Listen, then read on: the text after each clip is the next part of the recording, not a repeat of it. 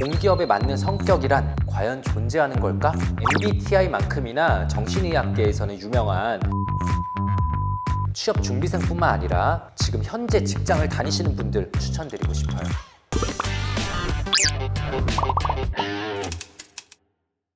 안녕하세요. 정신건강의학과 전문의 김지용입니다. 좋은 에너지, 더 좋은 세상을 만들고자 노력하는 한국가스공사 채널에서 오늘은 제가 여러분의 마음 에너지를 충전하기 위해서 또 나왔습니다. 자, 그럼 본격적으로 가스맨이 오늘의 주제를 이야기해 볼까요? 가스맨이에요. 오늘은 공기업 취업을 목표로 공부하고 있는 공준생 구독자님의 사연입니다. 안녕하세요. 대한민국의 크는 공준생 1인입니다. 1년째 공기업 취업을 준비하고 있다가 문득 제가 정말 원하는 공기업에 합격한 이후에도 정말 직장에 잘 좋아할 수 있을까 하는 고민이 들더라고요. 혹시 특별히 공기업에 맞는 성격이 따로 있을까요?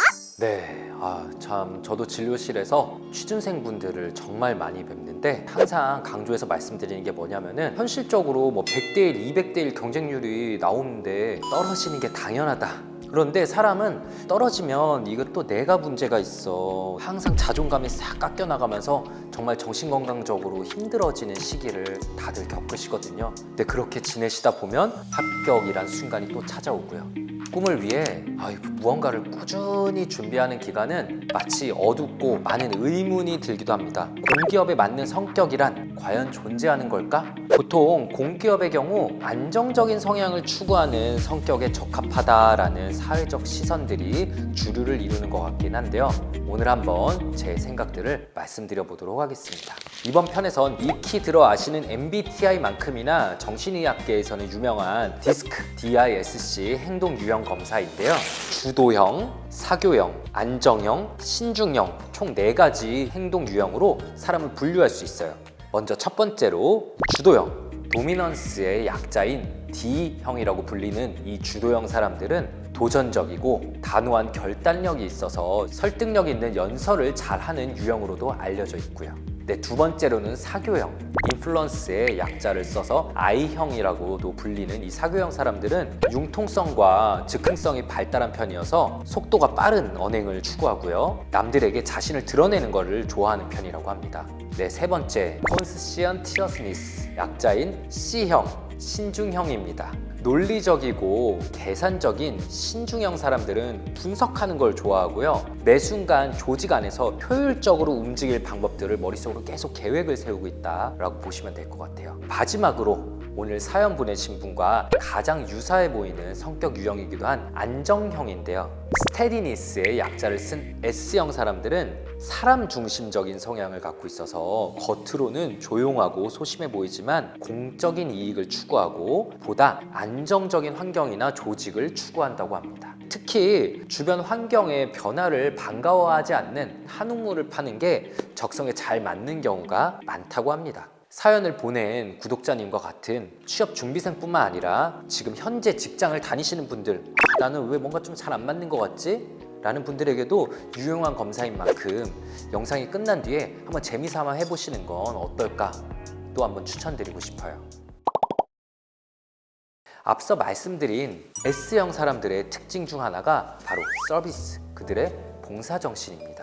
바로 옆에 있는 사람이 공경에 빠지든 말든 눈 하나 깜빡이지 않는 사람들도 있는 반면에 유독 사회에 대한 봉사정신이 투철한 사람들도 있잖아요. 사람 중심적인 성향이 발달했기 때문입니다. 네, 양육강식 자연 속에서 사람을 비롯한 동물들은 생존을 위해서 어쩌면 이기적으로 자신만 생각하는 게 당연한 진리일 수도 있고, 하지만 사자 등 맹수가 나타났을 때 이제 얼룩말을 보면은 어린 개체들을 에워싸고 이제 성인 개체들이 뒷발차기로 공격적인 방어 자세를 취한다고 하거든요. 이게 나 자신을 위한 거기도 하고 모두를 위한 거기도 하죠. 철새의 떼를 보면요, 한 마리가 V자의 맨 앞에서 계속 리드하는 게 아니라 피로도를 고려하여서 차례로 교대한다고 해요. 어쩌면 이 세계에서 살아남기 위해 우리 사회 전체를 위한 공공의 관점은 필수일지도 모르겠고요.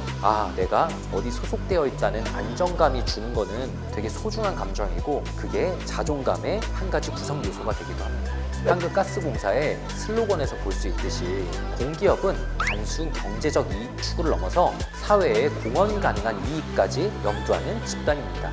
안정 추구형 사람들이 사람들 간에 주고받는 감정과 감성을 의사소통의 중요한 측면으로 받아들이는 만큼 호혜성에 따른 이타적인 행위를 더욱 강화하고자 하는 욕구는 어쩌면 당연한 거라고 볼 수도 있겠죠.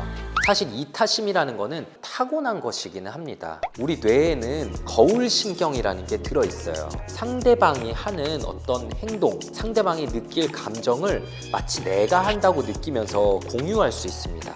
아이들이 자라면서 이 기능이 저절로 생기게 되거든요. 그런데 아이들은 또 굉장히 이기적이기도 합니다. 남 입장 고려 안 해요. 그거는 아직 뇌의 이 전두엽이라는 부위가 충분히 발달하지 못했기 때문입니다.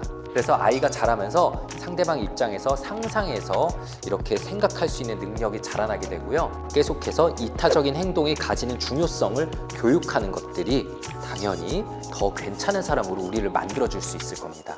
편도체라는 곳은 우리 뇌에서 공포, 두려움을 느끼는 그걸 주로 담당하는 부분입니다. 예를 들어 이런 실험이 있어요. 공포에 질린 사람의 사진을 보여주면서 아이들에게 이게 어때 보이냐고 물었을 때 일반적인 아이들은 이 사람은 지금 공포를 느끼고 있다 라고 알아채고, 사이코패스나 소시오패스 기질을 가지고 있는 아이들은 자신의 편도체 자체가 크기가 더 적고 자신이 저지르는 폭력 행위를 목격하는 타인의 두려워하는 모습을 봐도 아무렇지도 않게 그런 범죄들을 저지를 수 있게 되는 겁니다. 네, 저는 특정 집단에 꼭 한 가지 특정 성격만이 들어맞는 거는 아닐 거라고 생각을 해요. 어느 집단에선 단점으로 적용되던 성격이 다른 집단에선 장점이 되기도 하고, 서로 다른 유형 간의 단점을 커버하며 도움을 줄 수 있는 부분도 분명히 존재합니다. 만약 내가 지금의 직장과 잘 맞지 않는다라고 생각하면 당연히 이직을 고려하실 수도 있겠지만, 항상 이직이 정답은 아니니 한번 나만의 부캐를 키워보는 것도 좀 생각해 보시는 게 좋을 것 같아요. 그러기 위해선 오늘 같이 살펴보신 것처럼 나 자신의 기질을 확인하고 인정하며 자신에게 환경을 적절하게 고려하여 선택하는 태도가 일단은 첫 번째 순서가 될 것이고요. 강습 심리편, 남은 회차 동안 저 김지용과 함께 우리 사회를 위한 다양한 마음 에너지에 대해 알아가는 시간을 앞으로도 가져보도록 하겠습니다. 궁금한 점이나 고민 있으신 분들은 댓글 많이 남겨주세요. 그럼 다음에 또 봐요. 안녕.